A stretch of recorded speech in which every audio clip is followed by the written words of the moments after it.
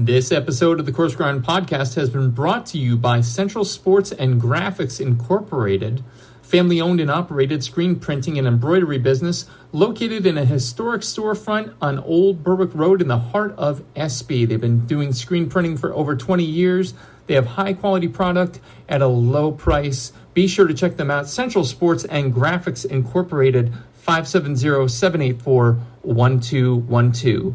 Now, on to the show.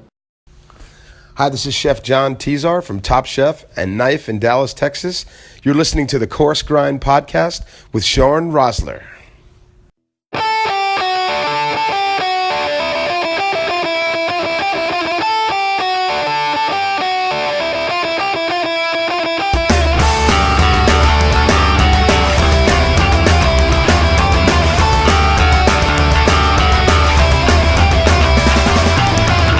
Ladies and gentlemen, welcome back. This is episode number 98 of the Coarse Grind podcast. 98, can you believe it? We're getting there, kids. Only one more episode separating us from the big 100. And aside from that looming landmark, what a fucking week this has been, right? We had new staff to the show who instantly took to the role like she knew me or something. I get hit with a ransomware attack, which I'll likely pay the money just so I can have all my episodes back. That's dedication. But here I am and here we are. And what better way to celebrate the march forward, as well as not letting anything stop this train, shit show that it may be at times, than interviewing a first on many different levels. A chocolatier, a bodybuilder, a pageant winner. No, really, this is Ms. Kansas we're talking about. All three of these categorical anomalies envelop tonight's guest in a fabulously unique way. One definitely unique to this show, anyway. Adopted by loving parents at 3 months old, dad an Army vet and mom a badass in her own right, I'm sure knew they had trouble of the best possible way brewing from an early age, and they were right. Food-wise, our guest would go on to work for both Christopher Elbow Chocolates as well as for Spazia, and believe me, I want to get to the food stuff. But it's what she does aside from this that has me interested in her story even more. A true culinary professional with a life's narrative, she is a coach for the Special Olympics, doing it alongside her brother, who just happens to have autism like somebody else's son we know.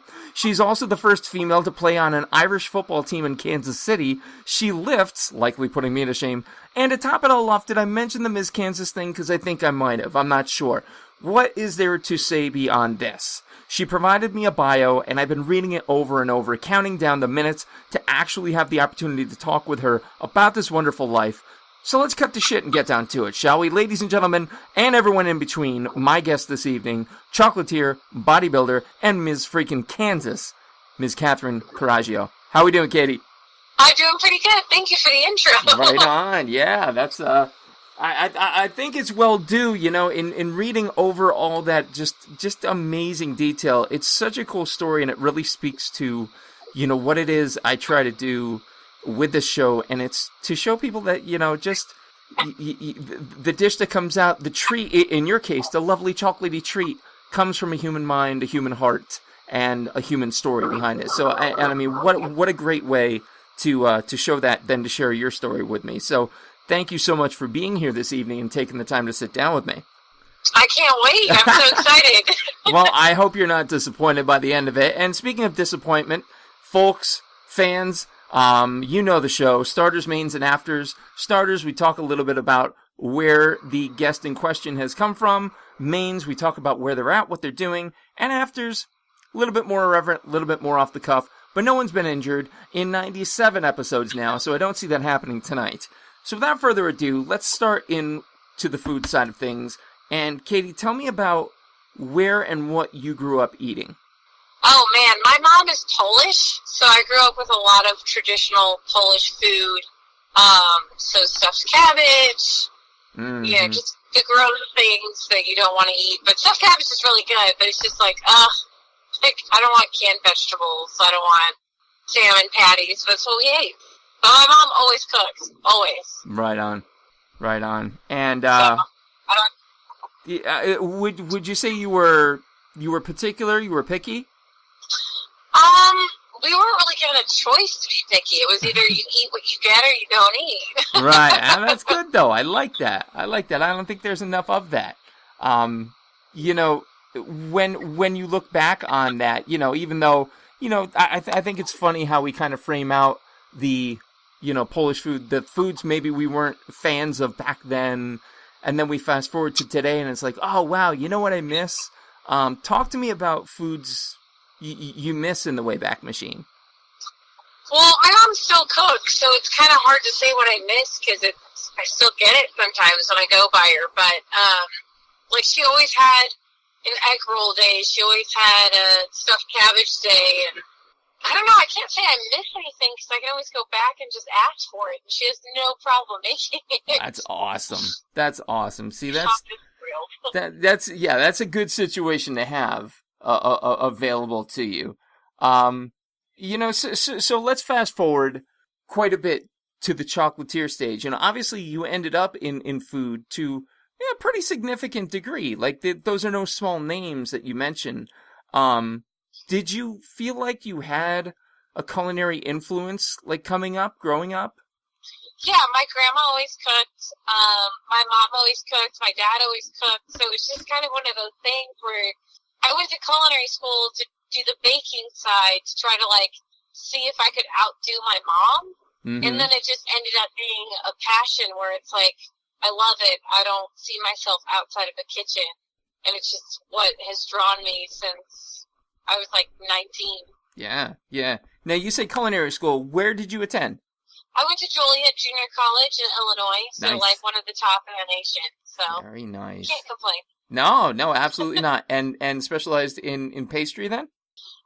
Honestly, we didn't have like a specialized pastry. It was always the hot food side, but you could take a ton of classes and like make yourself better at pastry. So that's what I did. Nice. Kind of self-specialization, if you will. Exactly. Right Chocolate on. Was not my number one class. I swore off chocolate, and then I got a job, and I worked there for 8 years. That's kind of a weird turnaround of events. Weird how that happens. Yeah, man, absolutely. So you said at 19, like, there was no looking back. Was that the moment where you said, like, food is not only going to be a thing, it's going to be the thing for me? Yes. I took a trip to Paris and Barcelona, and since that trip, I haven't looked back, and it's been, like, I can't see myself not being in a kitchen. Right on. It's just how it is. It's just how you find. What is it so much about that vibe, about that life that drives you there? Because you've got an extremely, varied portfolio, if I'm to be honest. What is it about food? I mean, I'm a bit all over the place. It's about making that memory. So I really love doing cakes. I really love just doing specialty pastry work. And it's about the memory. It's about someone closing their eyes and just being like, either it takes you back to grandma's cooking or it creates a new memory like, oh my God, this is the best thing I've ever had. And when I do specialty cakes, I mean, you're talking about birthdays and weddings. There's photos. There's I don't know how many people eating it, and they're just always like, oh my God, that was so good. And you're just always a part of their life from that picture on. And it's just, you want it to be the best, so you strive to be the best, but you're just like, wow, that person's going to remember, maybe not me specifically, but that cake. Yeah. Or that dessert for the rest of their life. And it's just amazing and crazy at the same time that you're going to be part of that. Yeah, there's no question. So that kind of leads me into, kind of that present state, that mains about, your culinary inspiration, when you're head down, doing what it is you do. And I saw the picture of you and Danielle Ballud, was it? Yeah. Wow. So at Spiaggia, we got to do the James Beard Award, like the actual day of dinner. And you get invited to all the after parties as being one of the cooks. So I went to as many as possible, and I was at Rick Bayless's, and he happened to show up, and it was just like, can I have a picture? Because I don't know if I'm ever going to meet you again. Right? Oh, that's awesome. And he's so sweet. He's like, yeah, of course, and I don't do French accents, so just insert that on your own. But he was, very nice. Any problem doing it. It was just mind-blowing. You're just like, I'm surrounded by culinary geniuses, and they don't even know who I am or where I work, but they don't care. Right. They're just like, sure. That's so cool. That's so cool. And that's, that's, again, kind of the rewarding part of this show. It's twofold, really. The one side is that you find out everyone's human. Whether they're, Correct. Whether they've worked with Daniel Boulud or whether they're the cheese guy from down the street, everyone's in it and everyone's humble. I've only encountered a very sparse few assholes in 98 episodes.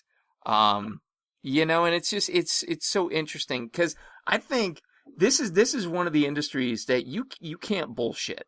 You cannot smoke anybody. You either do or you don't. Yeah, everyone says fake it till you make it, but everybody knows if you can't make it. Mm-hmm. I mean, we all know our shit. So it's just a matter of, like, I don't know, convincing the right person that you're the right spot, the right time. I've got a weird coincidence of things falling in my lap. I didn't even apply at Spiaggia. I went for a stage to see if I still liked kitchens, because working in production is totally different than working in a kitchen. And their pastry chef, Joey, was just like, yeah, I want you. And I was like, oh, that's a weird concept. I didn't have to, like, knife fight somebody in a parking lot over this? No. There was no resume. There was no knife fighting. It was just, if you want the job, it's here. And it was just like, okay, cool. Yes. Right. Yeah. May I, please? That'd be awesome. Nice. I didn't think I was at the caliber, but sure. Yeah, no, I'll take it. Go with it. But I won't be faking it till I make it, apparently. So that's just it. That's so cool. Again, just that humility, and you especially in talking to you leading up to this, humility was just oozing, and I'm like, but you're the person doing the stuff and the things, and it's amazing. So let's talk about amazing stuff and things. Let's sidestep food for a minute. Come back to it later. Let's talk about your involvement in Special Olympics. That's phenomenal. I love that. I appreciate that. My youngest is on spectrum.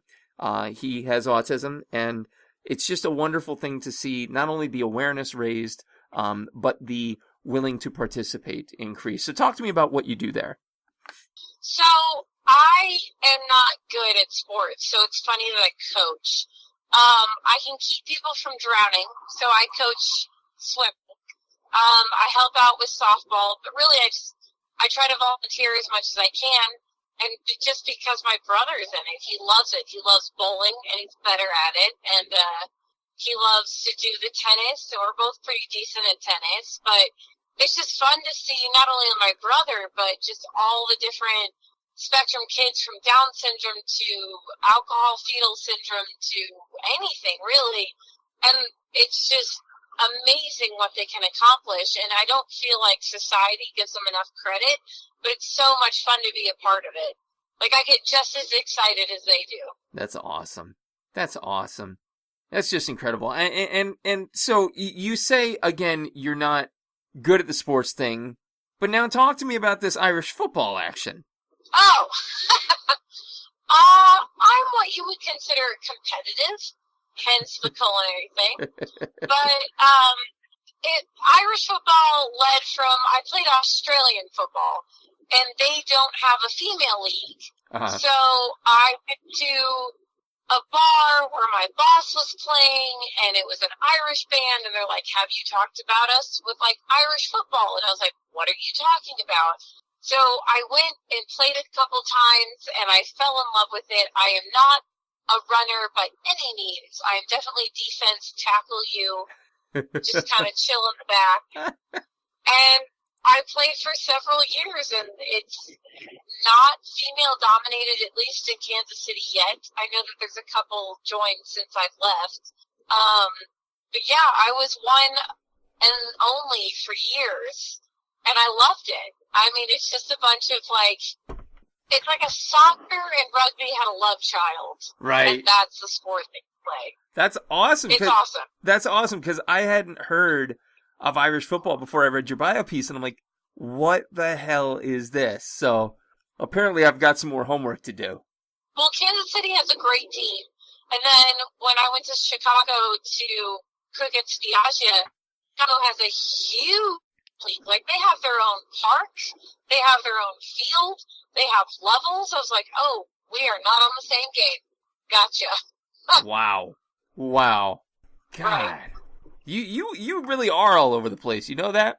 Let's Yeah. all right. So which random do we go to next? The bodybuilding or the Ms. Kansas? I'll let you pick. Bodybuilding was first, so we can. You want to start there? Sure. So, how did that start? You know, and especially, you know, culinary school and bodybuilding might seem like they're a bit of sworn enemies. And it's funny because nowadays when you talk to chefs, they're more into their health because we're so used to eating fatty foods. I've actually met more bodybuilder chefs than I have anybody, but I just got really fat and I needed a goal, and I saw a couple friends from high school doing bodybuilding, and I was like, well, I can do that. You just go to the gym, right? No, nutrition is like the biggest thing ever. Yeah. But it's been a 4 or 5 year thing, and every time I do a bodybuilding show, I get better, but I haven't reached where I want yet. So we're still going. Right. So what's the goal there? What's going on? So I've done 8 shows, and I have come very close, but I haven't made top 5 yet at a big show. So that's my goal. Top 5. And we'll see. Top 5. I don't need to be a pro. I don't need to be like a fitness model. I just want to make it top 5, and I'm good. There you go. See, I like that. It's attainable goal setting. That's exactly what you should be doing. People go, I want to be the best in the world. You're probably never going to do that, and that's okay. You know, I want to be the okayest podcast host. I'm getting there. You know, so yeah, top 5. Go for it. Go get it. Christ. It's man. not out of my reach. It's just a matter of how to get there. I like beer too much. I can't help it. Well, but that helps. It helps to insulate muscle fibers, right? I read it somewhere. Sure. Totally. Yeah. Help me out here, Katie. Jesus Christ, I'm drowning. So, all right. So then, obviously, the last stop on the Where in the World is Katy Coraggio is the Miss Kansas thing. How did that happen? So I got a side job spray tanning, and so I spray tan bodybuilders, which obviously I have a little bit of knowledge about. But my boss was out of town, and she was like, "Can you do this pageant?" Well, I talked to them 9 months ago about why it's important to get a spray tan, because stage lights wash you out. It's not a weird tan; it's just a highlighted natural glow. Mm-hmm. So I got it done. Talked to the lady, the board director, her name's Brittany, and I talked to her a couple weeks later, and all I was trying to figure out is if the girls were happy. And they were happy. Right. Everybody did well. Nobody, I think most of my girls are crowned. And then she was like, we asked you to do this 9 months ago. I was like, yeah, you're crazy, whatever. And I talked to her for 45 minutes, and by the end of it, she was like, well, do you want it? And I was like, what do you mean? She's like, well, your age group never got filled. And I was like, what? And she's like, your category that you fit in just didn't get filled. Do you want it? And I was like, let me think about it. So about 12 hours later, a couple conversations with some people, I was like, yeah, I'll take it. So I've never been on stage and done the full pageantry. So my first one will be nationals. No big deal. No big deal at all. No big deal. You want to talk about, so between your culinary gig, the pageant gig, you are right place, right time person, aren't you? Yeah, I mean, literally things happen, and if you keep your eyes open and you pay attention, you notice it. But, I mean, it could have easily just been like, no, it's not for me. And then I probably would have never done a pageant. But it was one of those things where it's literally the easiest crown you will ever get. And then my whole thing, because it's the Miss United States circuit, so Miss Congeniality. Yeah. If anyone's ever seen it, they got everything right but the talent. So I don't have to do talent, thank God. God knows what that would be. It'd be like Julia Childs in 90 seconds. Worst thing. But, yeah, it was, why not? Okay, so I make top 10. Cool. Yeah. It's not like I'm doing any worse than I was 10 months ago. That's friggin' crazy. That is crazy. What the hell? They gave me a crown and a sash, and I was like, so do I give this back? And they're like, no. And I'm like, awesome. I'm riding this shit out of this. For 1 year, I get to wear the crown and get to do all the charity events I want, or whatever I want to do with it, I get to do with it. I get to wear my sash for the rest of my life, and so I'll just vacuum with a crown on and just be like, yeah, this happened. If you're waiting in a line anywhere and you don't use that, I'm disappointed. I don't know you. Like, you need to have that shit on call, ready to pull out at any moment's notice. Oh, I'm 10th in line for tickets to see Avengers Endgame? Excuse me a minute. Yo, Miss Kansas, look out. I'm front of the line, people. Do you know who I am? Yeah, do you know who I carry it with me on planes. Oh, if you're not in first class, permafix. I'm not, but it's really funny. Get there. I've only had the sash for 2 weeks. I've had the crown for maybe a month, so it's still new. Yeah, see, but I mean, that sash legitimizes it. You know, the crown. I've known a handful of women who've worn a crown undeservingly. You know, I think if you have the sash, it legitimizes who you are. It does, and people think you're wearing a birthday sash at first, and then they really read it, and they're just like, "Oh my God!" You're like, "Yep, it's a thing." Oh, you're getting married. You're a bachelorette. Oh my goodness. What are you doing? Oh my God, it's your birthday. Yeah. No. I'm representing a state. Bow down. Do you not understand? Take the knee. I'm sorry, where are my road miles? Right. All right. So, man, you're doing all this, and I mean really all this, and I come to know you, again, because of the Spiaggia and the chocolatiering. You know, that definitely stood out. So, talk to me about that present day. Are you currently doing that? Are you looking to pick it back up? Or are you busy Ms. Kansasing? So, I did Christopher Elbow for 8 years, which is a long time in our industry to Absolutely. do something. Loved it. I didn't quit because they treated me poorly. Like, Chris is 100% like the real deal, loved working for it. I quit that job to do Spiaggia. I am currently back home for a multitude of reasons. Well, not home, but like in Kansas. My dad has Parkinson's, so I help out with him. I'm not currently in culinary because I have a little bit of debt due to sales right now, but I'm hoping to get to a good place to go back. I want to teach the general public how to cook because there's so many cooking shows. Yep. Everyone's like, oh, I want to learn, but I don't even know how to boil water. But then you get the people who are like, I can do this. I want to learn how to plate like that. And you're just like, okay, I can teach you because I've done it. Right. Like I did it for 2 years. So I want to teach everyone how, like, everything from girls' night to basic to let's build, a gingerbread house. I want to hire special needs to be involved with it because nobody knows, but like special needs does get money from the government, but they only get so much to live off of. Right. And with that, they go and eat crap. I mean, they eat Taco Bell. I mean, great. Sometimes Taco Bell's good, but it depends on your mental state. Fair. Absolutely. Absolutely. Mental, chemical, yes. I'm with you. Right. I feel you. No judgment. I feel you. No judgy here. No. But they don't know how to cook, so I want to teach them how to cook on a budget so they're not constantly going out and eating Taco Bell. Like, you can make soup, you can make this, you can eat better.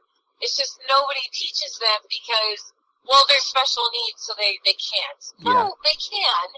It's just you're not willing to take the time, and I'm willing to take the time, and I want to hire them because the job market's not really there for them. No. And just have a place where my brother can always go if his job doesn't work out, essentially. Right. That's so cool. Eventually I'll get to there. We're just saving money for it. Yeah, absolutely. And if there's ever anything that we here at the show can do to either help promote, help anything like that, you say the word, because obviously that's a near and dear cause to us as well. I say us because we now have a new creative content director. I'm not sure if you saw that or not. I tried to research everything, but I can't say I'm blanking. No. No, my wife self-appointed herself 2 days ago, so that's fine. That's why you didn't know. So yeah, no, it's just it's such a cool cause, such a good concept, and that really needs to work forward. So as you're starting to look back at food, though, obviously one of the things you'll probably be keeping an eye on, if not a strong eye, is trends in the industry. What would you say, if you had to name it, is going to be the next big thing in food as a concept, either in restaurants or anything like that, or even in pastry or anything like that? What's going to be the next big trend, do you think? I feel like we're all going back to our roots. We're all going back to the basics of what we grew up on, what our heritage is. So I really think people are just honing in on a very basic concept, and maybe they'll elevate it with molecular gastronomy, which I'm not particularly great at. But, I mean, you can take tiramisu and deconstruct it or do it in a different way, but as long as everyone wants to a memory. Right. That's what everyone wants to pull from. So it's going to go back to my Nona made it, or my Nana made it, or my whoever. Right. It's always going to pull from that memory. And I think that's where chefs feel the best, and that's where their pride is, and that's where their roots are, and that's how culinary, I think, will always be. It's the next best thing to make it interesting, but we all go down to our roots. We all go down to where we came from. So I feel like that's always going to be on trend. Yeah, oh, for sure. Now, on the flip side of that coin, though, talk to me about a trend that currently exists, and you just want to see it die a fiery, flamey death. Oh, shoot. I love cupcakes. I mean, there is one permanently tattooed on my body. But these little cupcake shops popping up everywhere drive me absolutely bonkers. Or specialty donut shops. It's like, no, we get it. Like, cool. Yeah, there's only one voodoo in the world. There only has to be one voodoo in the world. I get it. You want some crazy shit on your donut. Fine. Yeah, I mean, great. But that and the fact that everybody thinks that they're gluten intolerant. No, sweetie, you think you are, which is fine. If you actually, I mean, there are truly people who cannot eat it. Right. Totally get it. Right. But then there are just people who are like, I'm on a diet and I can't eat it. You're just like, stop. It took literally 30 minutes for the nice facade to start to break down. I'm hearing it. She's coming out. All right. Come on. Is there anybody else you'd like to...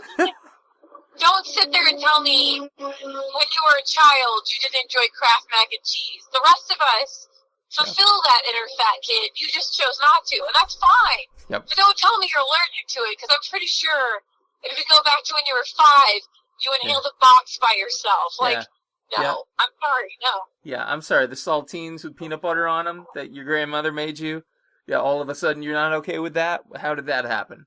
Yeah, I mean, that's all they had. Deal with it. Like, I don't know. Again, I just can't. We're not judging. We don't judge here. Katie doesn't judge. I don't judge. But I would concur with you that there's a certain hypersensitized hypochondriism there, maybe? Correct. Yeah.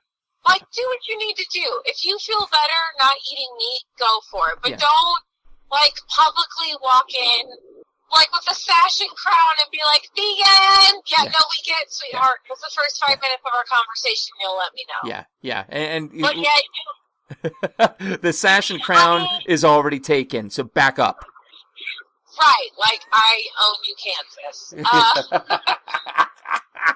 like, I love asking vegans, do you eat honey, do you eat bread? Well, yeah. Well, do you know that bread is a yeast, and that's a living organism? Do you know that honey is still a thing? So it's like, what variation are we? Yeah. Don't you know tomatoes cry when they're picked? There's a slight sound that emits, so You're especially brutalizing. when I bite into them. Yep. It's like fascist, what is it, sausage party where everything's alive? Yes. Right? Yeah. I like to make eye contact with the other tomatoes still on the vine when I bite into their brother. I like to make groaning noises while I eat cheese. It's a good time. Let's be fair. Who doesn't? I love me some cow. Exactly. Oh, listen, we just did some Chinese stir-fry beef with almost paper-thin New York strip slices tonight, and I'm into it. son of a bitch, it was just all you heard was mooing and chewing. Like that's all you heard. It was done. Lights out. The recipe called for filet and a stir-fry. I'm like, nah, fam, we can't do that. We'll take it down a step. But no, it turned out no. I'm with you on the cow love. The cow love is a must. Absolute must. I mean, it's Kansas. Of course I'm supposed to love the cow. Yeah. How the hell can you not? A vegan in the Midwest, man. I don't know what the corollary there is.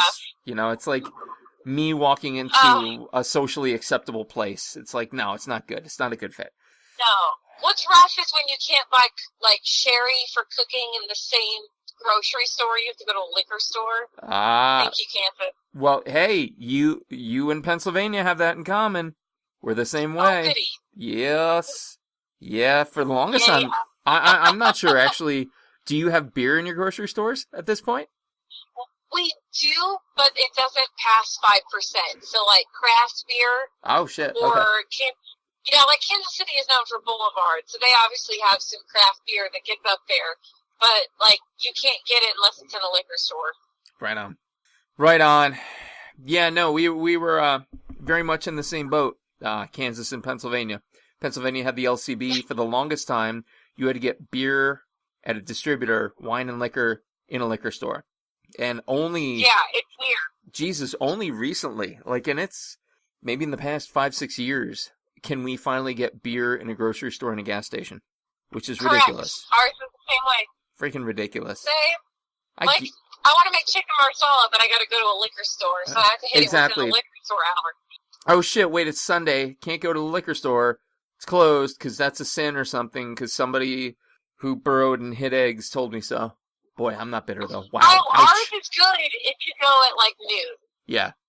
Wow. So chicken marsala can be made on the Lord's Day. Oh, see, Eva, Kansas has one up on Pennsylvania already. Christ, I give up. Yeah, but you guys have hockey. Yeah, we do, and we love our hockey. Holy shit, do we love our hockey? I taught my kids how to properly rage at a ref, and this last game we went to, true story. So the younger kids in the elementary school, they have this reading club. They read 10 books. They get a comp ticket if we buy one at full price. So awesome. Family of 5, we go. We're only buying 3 tickets. So I go, and I tend to be a bit boisterous at hockey games. And I like to pick on particular players because it's a AAA league. So you can get close enough to the glass that you can really start to get in their heads. And I just start picking on this poor goalie. Every minute he was taking his helmet off and like spraying down his hair and running his hand through it. And I start up with, "Hey Fabio, cut this shit!" Ah! And I just start railing on him.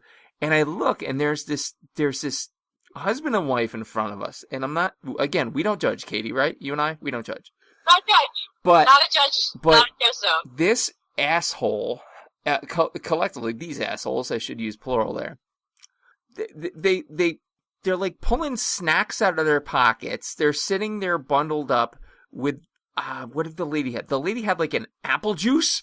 And like, I'm not slamming them because I got to drive home. But like, there's some empty plastic cups around me here. And again, not judging. If that's not your vibe, that's fine. But at one point, after I threw out a solid rib and I got the crowd chanting with me at this goalie and it like started to mess with him, I see her pick up her phone and she's like, "Where are you at?" And the person replies with a section and a seat. She goes, "I'm coming over here. I'm coming over there. There's a loud asshole behind me yelling the whole game." I'm like, "Good. Take a hike. See ya." But like, don't go. Stay home. Don't go to the game if you're not there to be in it completely. Like, stop it. Just stop. Have you taught your kids the importance of poutine? Oh, are you kidding me? Are you kidding? Okay.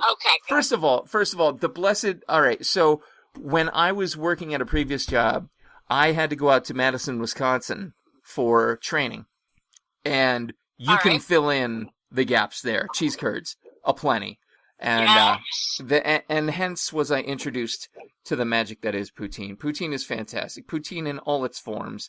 My oldest is adventurous for sure, and he like face down in it. Like there's nothing not to like about it. What are you doing? It's French fries, it's cheese curds, it's gravy. I'm sorry. Did I miss something? Like, come on. So, no, they all know. They all know. We all know. God bless poutine. Yeah, God bless poutine. We should make that a shirt, Katie. You and I. God bless poutine. Done. God bless poutine. Ms. Kansas, you should, like, there should be, like, a ukulele song about poutine. Maybe we can work on that, too. That'd be fantastic. All right. Remember, I told you I don't have a talent portion. Well, we got to make that happen. What if you suggest a talent portion? Maybe they look at you and go, "Damn, she's confident. All right, she gets it. She wins. That's it." Oh, yes. By confidence alone, you win. I love it. I love it. I'm gonna make it happen. I'm in it. All right, God so bless poutine. that's God bless poutine. GBP. There it is. We're gonna get big gangster tattoos. GBP will be a biker gang. Biker gang with a weight problem. Christ. Oh, man. Amazing. All your rings. Of it on your arm. All your rings will be like strangling your fingers. But you'll be happy. You'll be happy and sodiumed. God, so happy. Oh, God, I could live off poutine. I think that's a safe statement there. I could probably eat nothing but poutine the rest of my life. Any gravy. Oh, absolutely. Does it not solve every problem you need? First of all, you got dairy. I mean, you got veg. You got protein. What the hell? I mean, while I'm eating it, I'm really happy, so. Did we just identify the perfect food? Did that happen? I think so.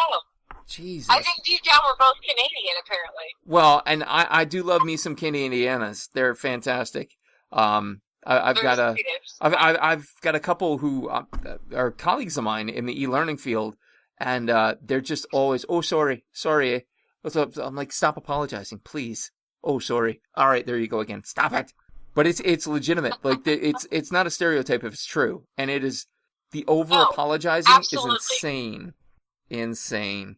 So it's all the time. Yeah. So I mean, I think we got to get God Bless Poutine. I think that could be your new endeavor's name, where you hire the folks with special needs. God Bless Poutine. Everyone's happy eating poutine, and we don't have any cupcakes in the shop or custom donuts. Done. I like it. We're kind of like career counseling at this point, I think. I mean, is that what's happening here? I think that's just what happened. It is just what happened. Wow. God, that's crazy. So, speaking of future plans, we know that the restaurant and everything like that, or whatever endeavor you slide into is going to be amazing because it's you.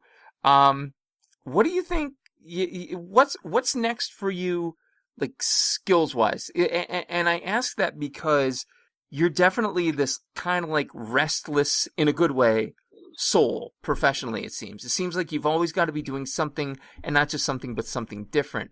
What skill are you either going to work on or pick up next?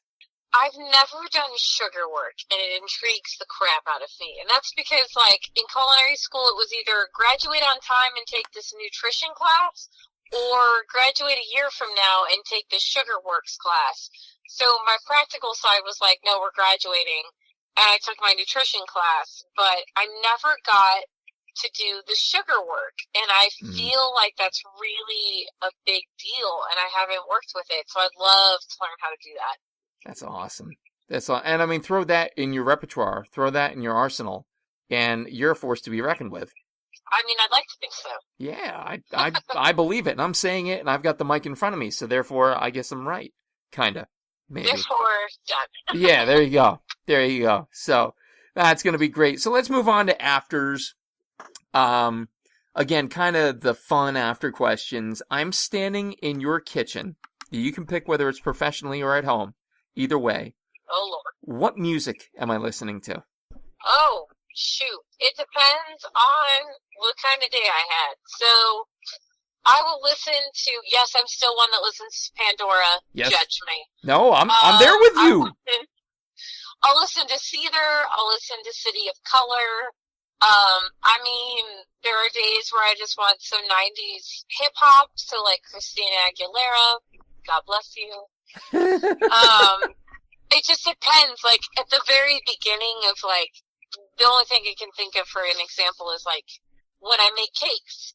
So I'm very like, let's get this done, let's bake them. So it's a very like upbeat thing. Yeah. And then by the time I'm decorating them, it's very like chill and mellow, and let's not jack this up. Right. Cool. So that is where, I mean, I'm all over the board. I love Frank Sinatra. I love the Rat Pack. I mean, it just depends on the day. Nice. So that's the playlist. Hypothetical situation. You're going to be stranded on a deserted island. You can only bring 3 foods or food-type items with you. Inexhaustible supply, but only 3. What would they be and why? Oh, shoot. Well, flour, because you can make all kinds of things. Do I have water, or is that not obtainable unless I bring it? Let's say that you figured out how to desal the ocean water. Perfect. So I have water. Great. So flour and water, because I can make bread from that. Tomatoes, because you can do all kinds of things with that. And then a whole cow. Cow. Totally. Because I can milk it, and I can get things from that, and then when it dries off, I can eat it. Nice. So I have meat. Love it. See, sorry, vegans. No friends here tonight. Sorry. Lucian, too. I like bacon. Yeah, no problem with you if you are. Just don't expect me to follow suit. Have you had a chance at all to ever check out My Last Supper by Melanie Denea? I have not. So, really cool book. She's a photographer, really good photographer. It's a coffee table book, and there was a follow-up to it called The Next Course. And there are 50 famous chefs. And actually, I think Balud is in the first one. And they're 50 famous chefs, picture, and they're all asked the same questions. Centered around, your ticket's getting punched tomorrow, what's your last meal? So, I ask you, what's the last meal? What are you eating? What are you drinking? Who's there? Oh, who's there? Yeah. Lord? Yeah. Are these people who have already passed? Or They can be. Yep, living? Alive or dead, matters not. Fantastic. My mom's mac and cheese would be part of the meal. Steak, rare, would be part of the meal. I love sushi grade tuna and rice. I know it's really odd, but I'm not going to eat a vegetable because why? Exactly. And then, I don't know, I'd probably eat cheesecake for sure. I feel like that's well-rounded. Very well-rounded. As far as who I would talk to, I mean, I miss my grandmother dearly, and she passed quite some time ago. So I would love to sit down with her. I'd love to sit down with Julia Childs, just because she has such a basic background, and she made such a name for herself in the culinary world. God, I don't know. Judge me, world. I love Katy Perry. I would love to sit down with her. Nice. Judge. No judging. There's no judging here. Told you. I think that would be it. I mean, I think that would be a fun group. Emma Stone, I feel like we could be best friends. She just doesn't know it yet. Same with Jennifer Lawrence. There you go. You're getting there. In my head, I'm hilarious, and I'm like, oh, I'll make you all laugh. But we were best friends. You just didn't know it. Well, yeah. I'd say you could hang. Yeah. I mean, listen, I know they're going to tune in and listen to this, so I think that this is step one. I mean, if they are ladies, I mean, come on. Let's be besties. You know you want to wear my crown. We're going to be cool. There you go. There you go. One crown to another. One crown to another. And final question, the simplest, the shortest, but perhaps the most complex. What is food to you in a single word? Pleasure. Love it. Love it. And it sounds like that's kind of been, the cornerstone from early on, that you've seen the joy and the pleasure in people's faces at the events that you've worked, that you've, put things together for. It just seems like that's the cornerstone. I've done engagement cakes, and to see someone's face light up the moment you turn that cake because there's a ring on it, and to be part of that moment, to be part of those pictures, you just know that's going to be part of them for the rest of their lives. And that's just one example. Yeah. It's just heartwarming because you're like, yes, I did that. I was part of that. And that's awesome. And that's how I felt with Spiaggia. Like, I was always part of a group that excelled and wanted to do things where people remembered the food and where people close their eyes and go, wow, that was a damn good food. And for Joe to allow me to be in that kitchen and for Joey to allow me to express myself in pastry, like, it's amazing. And I love that place, heart and soul. And it's just an amazing experience for people to let you do something that you truly, truly love. No doubt. No doubt. Pure, unadulterated pleasure. I love it to death. And, hey, lady, thank you so much for taking the time to talk to us this evening. Really appreciate it. And again, if there's ever anything the show can do to help you out, you let us know. I super appreciate it. I had a great time. Thank you so much for having me on. I was super thrilled to me. Pleasure totally was ours. Ladies and gentlemen, this has been episode number 98 of the Coarse Grind Podcast. With me this evening, Ms. Kansas, don't you forget it, Kitty Coraggio. Our producer, as always, has been Johnny Leland Robinson, a.k.a. the Reverend Johnny Lamoria. Be sure to check out all his libertarian cinematic erotica happenings in the 18431. Next episode is 99, and past that, holy shit, it's coming. May 24th, Friday at the Steady Bar here in Bloomsburg, Pennsylvania. You're not going to want to miss it. Stay tuned.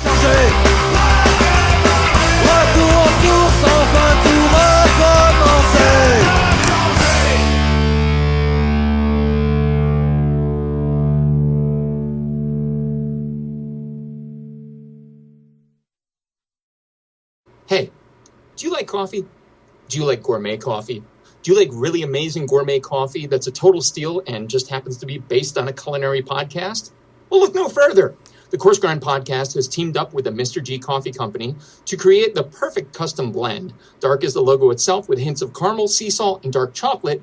It is luxury in a cup at an incredible price. Be sure to check out their site today, MrGCoffee.com, and order some now.